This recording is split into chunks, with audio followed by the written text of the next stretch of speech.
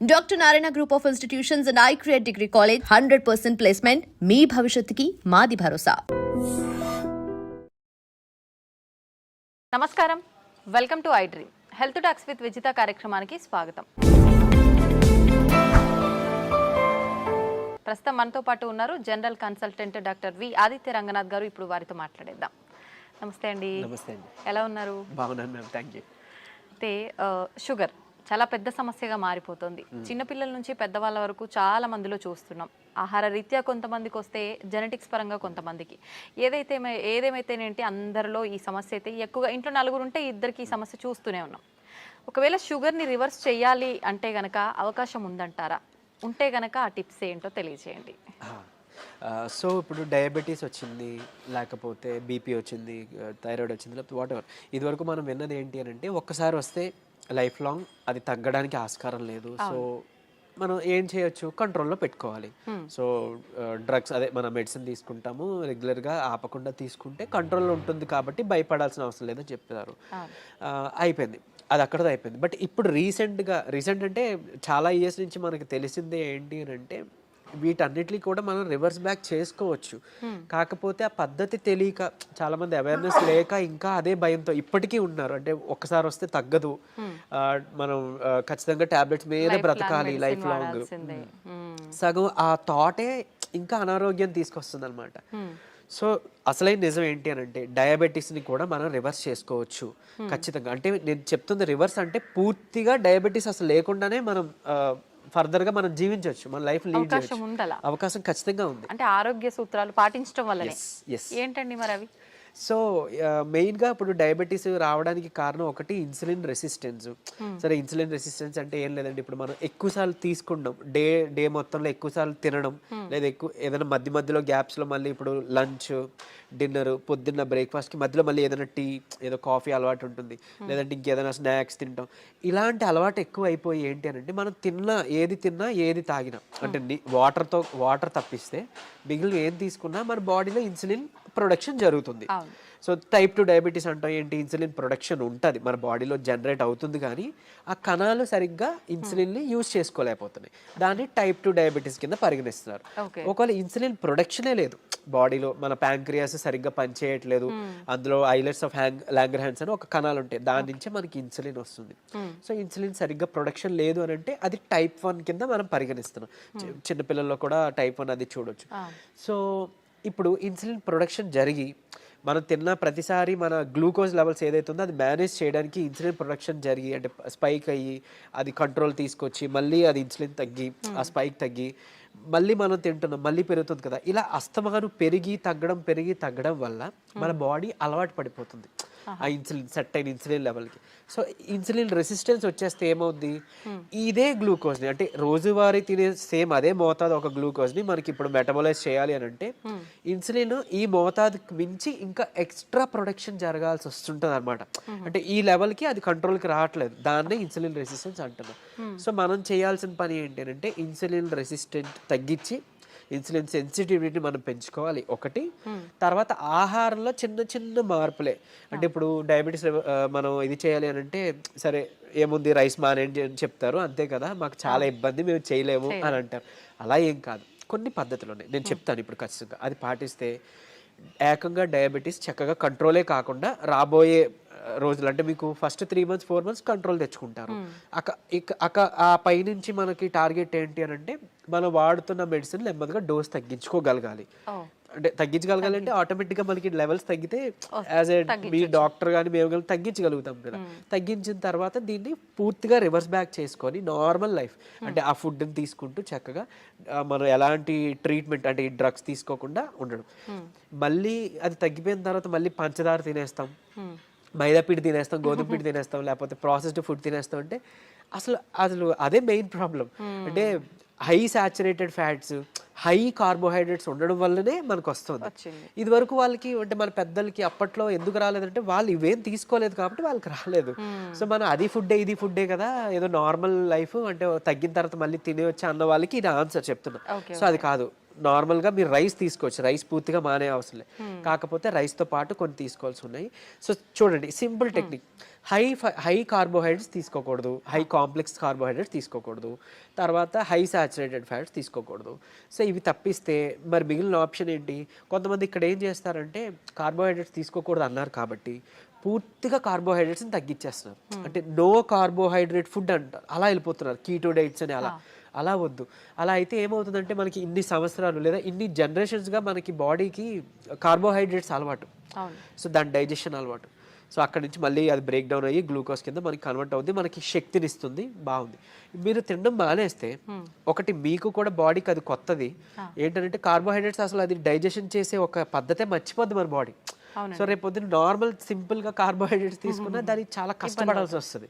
And even ఒకవేళ జెనెటికల్గా next generations pass on అయ్యింది అనుకోండి, అది ఇంకా ఇబ్బందిగా, అంటే నార్మల్ అన్నమే మనం అరాయించుకోలేకపోవచ్చు, లేకపోతే నార్మల్ సమోసానే ఎంజాయ్ చేయలేకపోవచ్చు మనం. సో అట్లా, సో సరే ఓకే, హై కార్బ్స్ అంటే తెలుసు, ఈ రైస్ నార్మల్గా తీసుకునేవే, ఈ రైసు తర్వాత ఈ మైదా గోధుమ పిండి ఇవన్నీ తినమని చెప్తుంటారు, అంటే రైస్ని తగ్గించి మైదా గోధుమ పిండి తినమని అంటారు కదా. సో అది కూడా రిఫైన్డ్ తీసుకుంటే, పంచదార లేకపోతే గోధుమ పిండి ఇవన్నీ రిఫైన్డ్ ఫ్లోర్ బయట కొని తెచ్చుకుంటే అది కూడా మళ్ళీ మనకు ప్రాబ్లమే. సో మనం మిల్లులో వెళ్ళి ఆడించుకుందాం, అంటే డైరెక్ట్గా వెళ్ళి మనం గోధుమలు అలాగా గోధుమలు, దానికి జొన్నలు యాడ్ చేయొచ్చు, రాగులు యాడ్ చేయొచ్చు, సోళ్ళు అంటాం కదా, సో అలా రాగి మాల్ట్లో తీసుకునే రాగులు అవన్నీ యాడ్ చేసి దాంతో మనం రొట్టిలానో లేకపోతే మిల్లెట్స్ ఏమైనా దానికి యాడ్ చేసి, కినోవా అని ఇప్పుడు వస్తుంది, సరే అంత అఫోర్డ్ చేయలేదు అన్న వాళ్ళకి పోనీ మనకి ఏమంటారు సామెలు, అరికిలు, గంటలు అలాంటివన్నీ తక్కువ రేట్కే వస్తుంటాయి కదా, అలాంటివి ఇంక్లూడ్ చేసుకోవచ్చు. పూర్తిగా రైస్ మానేమని నేను చెప్పట్లేదు, రైస్తో పాటు ఇది తీసుకోండి. సరే ఇదంతా కాదులేండి, ఓన్లీ రైస్ నాకు కర్రీ మాత్రమే అలవాటు ఉంది, పోనీ ఇంకేదైనా సింపుల్గా చెప్పండి అని అంటే ఉంది ఒక పద్ధతి. మనకి ఇప్పుడు ఇన్సులిన్ రెసిస్టెన్స్ అని మాట్లాడుకున్నామే, HbA1c మీ అందరికీ తెలుసు, 3 నెలల యావరేజ్ తీస్తే మనకి ఎంత ఉంది అనే దాని మీద మన డయాబెటీస్ ఉందా లేదా, కంట్రోల్లో ఉందా లేదా అని తెలుస్తుంది. సో దాన్ని మనం కంట్రోల్ పెట్టడానికే కదా ఇప్పుడు అన్ని చెప్తున్నాం, మన ఇన్సులిన్ వాడాలన్నా లేకపోతే ఈ మెట్ఫార్మిన్ మన డయాబెటీస్ డ్రగ్స్ వాడాలంటే కూడా మనకు అలానే దేవుడు కూడా ఇచ్చిన ఆహారంలో ఇవి ఈ పని చేసే ఉన్నాయి. ఏంటి అని అంటే ఒకటి కీరా దోసకాయలు, తర్వాత పంకిన్ సీడ్స్ గుమ్మడి గింజలు, తర్వాత పాలకూర. వీటిలో ఏంటంటే పాలకూరలో తర్వాత పంకిన్ సీడ్స్లో వైటమిన్ ఈ ఉంటుంది, అది మీ HbA1cని చక్కగా కంట్రోల్ తీసుకొస్తుంది. అండ్ ఇప్పుడు చెప్పిన ఆహార పదార్థాల్లో మీకు ఇన్సులిన్ రెసిస్టెన్స్ని తగ్గించి సెన్సిటివిటీని పెంచే ఉంటాయి. సో ఇప్పుడు సరే కొంత లిస్ట్ చెప్తాను చూడండి. మష్రూమ్స్ బాగా అదే మన ఉడకబెట్టిన గుడ్లు ఫుల్గా విత్ సొనతో పాటు తీసుకోవాలి, అది కొలెస్ట్రాల్ కాదు, మంచి కొలెస్ట్రాల్ తీసుకోండి. సో తర్వాత నెయ్యి, తర్వాత మన కీరా దోసకాయలు, తర్వాత ఓట్స్, గ్రీన్ పీస్ అదే మన పచ్చి బఠానీలు, తర్వాత రాజ్మా, కిడ్నీ బీన్స్ అంటాం రాజ్మా, అలానే మిగిలిన బీన్స్ కూడా చక్కగా మిగిలిన రకాల బీన్స్, చిక్కుళ్ళు బీన్స్ ఇట్లాంటివన్నీ తీసుకుంటే కనుక ఇవన్నీ కూడా మీ ఇన్సులిన్ రెసిస్టెన్స్ని తగ్గించినవే. సో మీ ఇష్టం, గుడ్లు పోనీ ఆమ్లెట్ రూపంలో తీసుకోండి, నిద్రకి పనికి వస్తుంది ఆమ్లెట్, ప్లస్ దీనికి కూడా హెల్ప్ అవుతుంది. సో ఈ ఫుడ్ని మీరు కంపల్సరీగా క్యాబేజీ, కాలీఫ్లవర్, సో బ్రాకోలీ కానీ ఇలాంటి ఇవన్నీ కూడా మీ ఫుడ్ డైలీ ఫుడ్లో ఏదో ఒక రూపంలో ఇంక్లూడ్ చేసుకోండి. ఏదో ఒక్క పదార్థమైనా అట్లీస్ట్ కర్రీ, మనం అది వదిలేసి మిగిలినవేవో తీసుకున్నామంటే మళ్ళీ కంట్రోల్కి రాదు, మీ అందరికీ తెలిసిందే. చాలామంది ఎక్కువ పాలకూర కూడా తినరు, సో అట్లా. లేదంటే మునగాకు ఉంది, సో మునగాకును కూడా మీరు పౌడర్ రూపంలో చేసుకోవచ్చు, ఎండబెట్టేసి చక్కగా పౌడర్ చేసుకొని ఒక చెంచా యాడ్ చేసుకోండి ఒక ముద్దకి, అన్నంతో పాటు రైస్తో తీసుకోవచ్చు, హాట్ వాటర్లో కూడా తీసుకోవచ్చు, మజ్జిగలో కలిపి తీసుకోవచ్చు. ఇది ఒక మనిషికి డైలీ లిమిట్ ఒక చెంచా. సో అట్లా అని ఇప్పుడు ఏం చేస్తారంటే కొంతమంది ఏదైనా రసం, చారు దాంట్లో కలిపేస్తారు, బట్ అది కలిపేస్తే అంటే ఇంట్లో 3 members 4 members ఉంటే అందులో ఎవరికి ఎంత వెళ్ళేది తెలియదు కదా. సో డైరెక్ట్గా మీరు కలుపుకోవడం బెటర్, ఏదర్ వాటర్లోనో మజ్జిగలోనో లేదా మీ అన్నం గిన్నెలోనో. ఇంకోటి అన్నము, ఇప్పుడు అలానే అదే అన్నము కూర తినే ముందుగా 1 కప్పు కీరా దోసకాయ తీసుకోండి, లేదా బీన్స్, మొలకలు తీసుకోండి చక్కగా, ఇవన్నీ మీకు హెల్ప్ అవుతుంది. లేదంటే మన దాలింబ గింజలు 1 కప్ పెట్టుకోవచ్చు, పెట్టి ముందు అది తిని తర్వాత అన్నము కూర మనం తీసుకుందాం. అలానే అన్నం తినే ముందు, టిఫిన్ తినే ముందు, నైట్ డిన్నర్ చేసే ముందు ఏం చేయొచ్చు అనంటే కొంచెం పెప్పర్ అంటే మన మిరియాల పొడి 1 చిటికెడు తీసుకొని నిమ్మరసం యాడ్ చేసి కొంచెం గోరువెచ్చని నీటిలో ఒక కప్పు లేదా 1 గ్లాస్ గోరువెచ్చని నీటిలో కలిపి తాగేసేయండి. ఎందుకు అనంటే ఇప్పుడు ఈ పెప్పర్లో ఉండే పైపరిన్ అనేది మన ఏమంటారు యాక్టివ్ ఇంగ్రీడియంట్, మెడిసినల్ వాల్యూ ఉండే ఇంగ్రీడియంట్. ఇది మన లివర్లో ప్యాంక్రియాస్లో అదే ఎక్కడి నుంచి అయితే ఇన్సులిన్ వస్తుందో అందులో అక్కడ డైజెషన్ ఎంజైమ్స్ని వాటిని కూడా మంచిగా ఇది ఏమంటారు మెటబాలైజ్ చేస్తుంది. కరెక్ట్గా మెటబాలిజం బాగా జరిగి ఎంజైమ్స్ అన్ని మంచిగా ఫంక్షన్ అయ్యేలా చేస్తుంది. సో తర్వాత ఇంకొకటి మోర్ ఓవర్ ఈ ఏవైతే కాంప్లెక్స్ కార్బోహైడ్రేట్స్ మన హై కార్బ్స్ అన్నాం కదా దాన్ని బాగా కరెక్ట్గా డైజెషన్ జరిగేలాగా మెటబాలైజ్ అయ్యేలాగా ఇది హెల్ప్ చేస్తుంది. అండ్ ఈవెన్ మన పోషకాలు ఏవైతే ఉన్నాయో ఆకుకూరలోనో లేకపోతే మనం తీసుకునే ఫుడ్లోనో అవి మనం వంట పట్టడం అంటాం కదా మన అబ్జార్ప్షన్ అవి అబ్జార్బ్ చేయడానికి ఈ పైపర్ ఈ పెప్పర్ మన మిరియాలు పొడి చాలా బాగా హెల్ప్ చేస్తుంది. సో ఈ రూపంలో తీసుకున్నారనుకోండి మీరు తిన్న తర్వాత పెరిగే షుగర్ లెవెల్స్ కంట్రోల్కి వస్తాయి అండ్ ఈవెన్ మనకి లోపల ఫంక్షనింగ్ బాగా మెరుగుపడుతుంది. ఇకపోతే డయాబెటీస్ రివర్సల్ గురించి వద్దాం. సో నేను ఇప్పుడు చెప్పింది 3 to 4 months చేస్తే ఖచ్చితంగా మీ షుగర్ లెవెల్స్లో చాలా వరకు మీకు తగ్గడం మీరే గమనించుకుంటారు. మీరు ఇంత అద్భుతంగా పనిచేస్తుందా అని అంటారు. ఎందుకనంటే చాలా మందికి ఒకటి ఉండిపోయింది సైకలాజికల్గా అంటే drugs like what ever medicine మాత్రమే మెడిసిన్, ఫుడ్ అంటే జస్ట్ ఆహారం మాత్రమే. అసలు కాదు. మీకు గుర్తుంటుంటే ఎప్పుడైనా మీ నాన్నమ్మలు అమ్మమ్మలు మీకు ఎప్పుడైనా పొట్టనొప్పి వచ్చింది అని అంటే ఏదైనా వాము కొంచెం సాల్ట్ కలిపిస్తే వెంటనే తగ్గడం మనం గమనించి ఉంటాం. లేదంటే మెంతులు మింగేసి తాగేయండి వాటర్ అంటాం. అవన్నీ ఎందుకు పనిచేస్తున్నాయి? ఇప్పుడు యాంటాసిడ్స్ ఏవో వెళ్ళి పరగడుపున మాత్రం మనం పైకి వెళ్ళి తెచ్చుకొని వేసుకుంటున్నాం. అవేం అవసరం లేకుండా వాళ్ళు బతికారు కదా. ఎలా బతికారు? ఇలానే. ఇవన్నీ ఫుడ్డే మెడిసిన్. ఎగ్జాక్ట్లీ మనకి ఏదైనా అనారోగ్యం వస్తుంటే మెడికల్ షాప్ కి మనం బయటకు వెళ్ళొద్దు, మన కిచెన్ లోకి వెళ్ళాలన్నమాట. యాక్చువల్గా పోపుల డబ్బాలే మనకి డ్రగ్ ఇది అన్నట్లు, స్టోర్ అన్నట్టు. సో ఖచ్చితంగా ఇది వర్క్ అవుతుంది. అండ్ మోర్ ఓవర్ అంటే ఇప్పుడు మన బెర్రీస్ నుంచి ప్లాంట్స్ నుంచి ఎక్స్ట్రాక్ట్ చేసిన బెర్బరిన్ అనేది ఒక సప్లిమెంట్ ఉంటుంది ఆబ్వియస్లీ. సరే అది అందరూ వాడాల్సిన అవసరం లేదు కానీ ఒక బూస్టప్ కింద పనికి వస్తుంది. అంటే ఎలా అయితే మనకి డయాబెటీస్ని మనకి తగ్గించడానికి మెట్ఫార్మిన్ అనే ఒక మెడిసిన్ తీసుకుంటున్నాము సేమ్ ఇది కూడా అదే పని చేస్తుంది. కానీ బట్ మెట్ఫార్మిన్తో వచ్చే వైటమిన్ B12 డెఫిషియన్సీ ఇందులో లేదు, ఈ బెర్బరిన్లో లేదు. సరే ఓకే, అవైలబుల్ ఉన్న వాళ్ళు వాడుకుంటారు, అందరూ ఇది వాడాలని రూల్ లేదు. కానీ బట్ ఈ సింపుల్ టిప్స్ పాటించండి, ఇది ఒకటి. తర్వాత ఖచ్చితంగా ఒక 5 minutes వాకింగ్ ఉంటే చాలు. 5 minutes వాకింగ్ అంటే తిన్న తర్వాత ఒక 10 నిమిషాలు అలా 5 minutes వాకింగ్ చేస్తే చాలు. మీ ఆఫీస్ ఏరియా, మీ బెడ్రూమ్, మీ హాల్ ఎక్కడైనా ఆయాసం రావాలి, చెమటలు పట్టాలి, ఇట్లానే వాకింగ్ చేస్తేనే మనకి వర్కౌట్ అయినట్టు అని అస్సలు కాదు. బాడీ మూమెంట్ ఉండాలి. సో అది చేసుకుంటే చాలు, డయాబెటీస్ మనకి తగ్గుతుంది. రివర్స్కి చెప్పుకున్న ఇందాక ఇంగ్రీడియంట్స్ ఉన్నాయి కదా, పంకిన్ సీడ్స్ అవ్వచ్చు, మన HbA1c కంట్రోల్ చేసి ఇన్సులిన్ సెన్సిటివిటీ పెంచేవి, ఇవి మీరు చేసుకుంటే 3 to 4 months ఖచ్చితంగా రివర్స్ అయిపోతుంది. ఇప్పుడు చాలా మంది మనం చూస్తూ ఉంటామండి, జామకాయ ఆకులు, లేత చిగుర్లు అని చెప్పి, లేదు అంటే తిప్పతీగ అని చెప్పి, ఇలాంటి కొన్ని ఆకులతో వేణిల్లో వేసి మరిగించిన వాటర్ తాగుతుంటారు షుగర్ ఉన్న వాళ్ళు. ఇది వర్క్ అవుతుంది అంటారా? యాక్చువల్గా ఇప్పుడు జామ ఆకులు ఉన్నాయి కదా, లేత తీసుకొని ఒక 4 ఆకులు మనం వేడి నీటిలో వేసి మరిగించి కషాయంలా తీసుకొని ఉదయం సాయంత్రం లేదా ఒక పూట అట్లీస్ట్ పరగడుపునైనా కానీ తాగితే కనుక అమోఘంగా ఆ రోజే పెరిగిన షుగర్ లెవెల్స్ తగ్గిపోయాయి.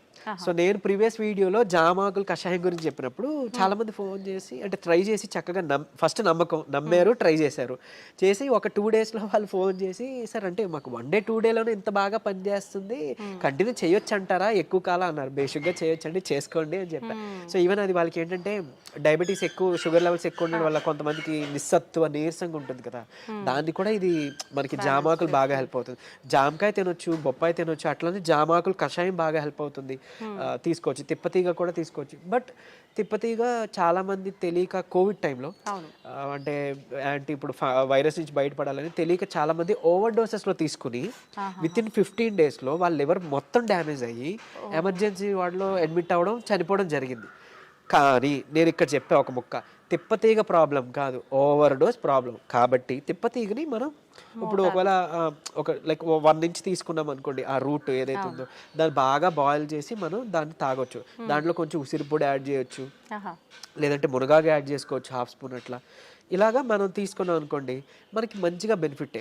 ఇప్పుడు అలాగని ఏంటి ఫ్లాక్ సీడ్స్ ఉన్నాయి, అవిసె గింజలు ఉన్నాయి. అవిసె గింజలు మనకి కొలెస్ట్రాల్ తగ్గిస్తుంటుంది, డయాబెటీస్ని రివర్స్ చేస్తుంది బాగా. అంటే ఒక 2 చెంచాలు మనం పౌడర్లా కానీ తయారు చేసుకొని మనం ఫ్లాక్ సీడ్స్ తీసుకుంటే, ఇదే ఫ్లాక్ సీడ్స్ గురించి ఒక పేపర్లో ఒక ఆర్టికల్ వచ్చింది. ఏంటి ఫ్లాక్ సీడ్స్ తీసుకోకూడదు, లివర్కి మంచిది కాదు, లేకపోతే ఇంకోటి ఏదో అని.